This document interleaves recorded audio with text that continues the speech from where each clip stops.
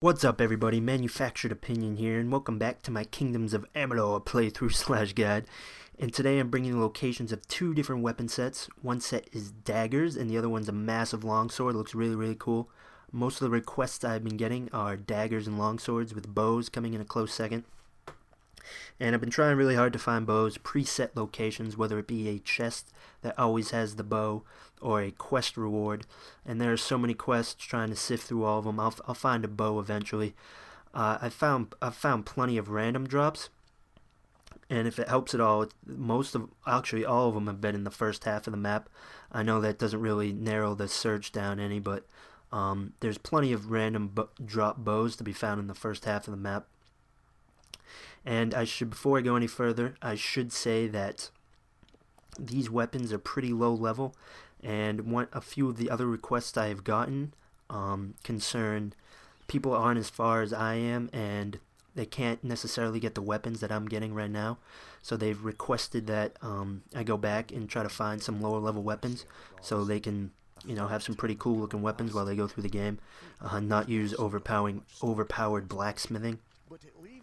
So I figured I'd show these daggers and this greatsword, and it kind of kills two birds with one stone if you think about it, because as you progress through the game, it becomes insanely easy. So you figure you find the really cool weapons to begin with, and you can just have that much more, because the only challenge in this game is at the beginning. So if you have the cool weapons, it makes it a lot more fun, at least in my opinion. Makes it less of a challenge. You get to look cool, and that's that's a big part of this game, is getting really cool gear. So I feel like the lower level weapons are more important than the higher level weapons. That's my opinion. Let me know what you think about that.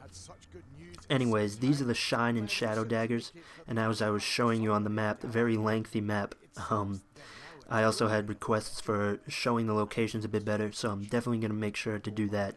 That's a request I had in Skyrim.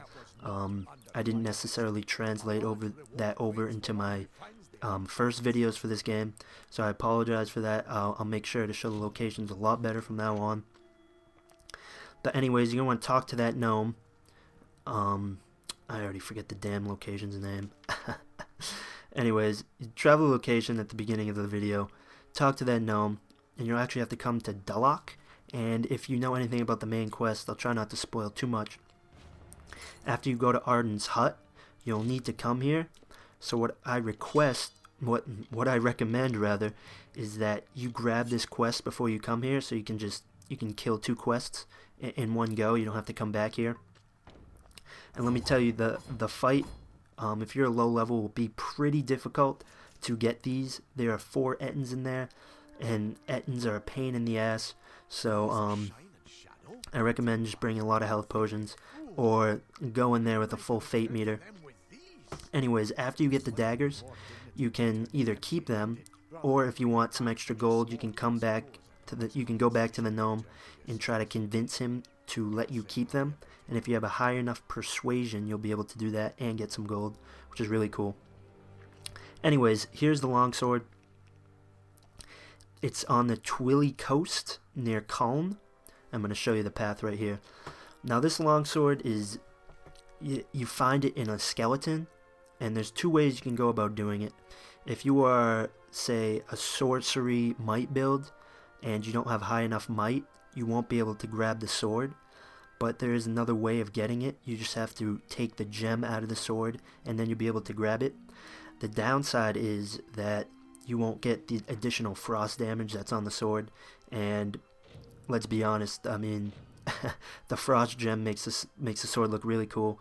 So one, you can either leave the sword here, level up a bit, get your might high enough.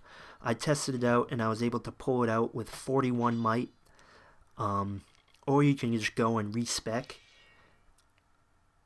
Otherwise, you can just pull the gem out. Right there, I'm showing you the sword with the gem pulled out. Right here, I'm going to reload my save and show you the sword with the gem still in, and you get additional frost damage, which is always useful. So yeah, like I was saying, you can respec, and this sword with the Worn Sworn armor, I tested it out, is really awesome. You will, might is so overpowered. You'll just destroy everything. It's a lot of fun. And right here, I respec completely into might. I get 90 points in might. This isn't my normal skill tree. I'm just showing you that you'll need a lot of might to pull the sword out with the gem. And I'm about to show you here what it looks like with the frost gem in it, and it looks really, really cool.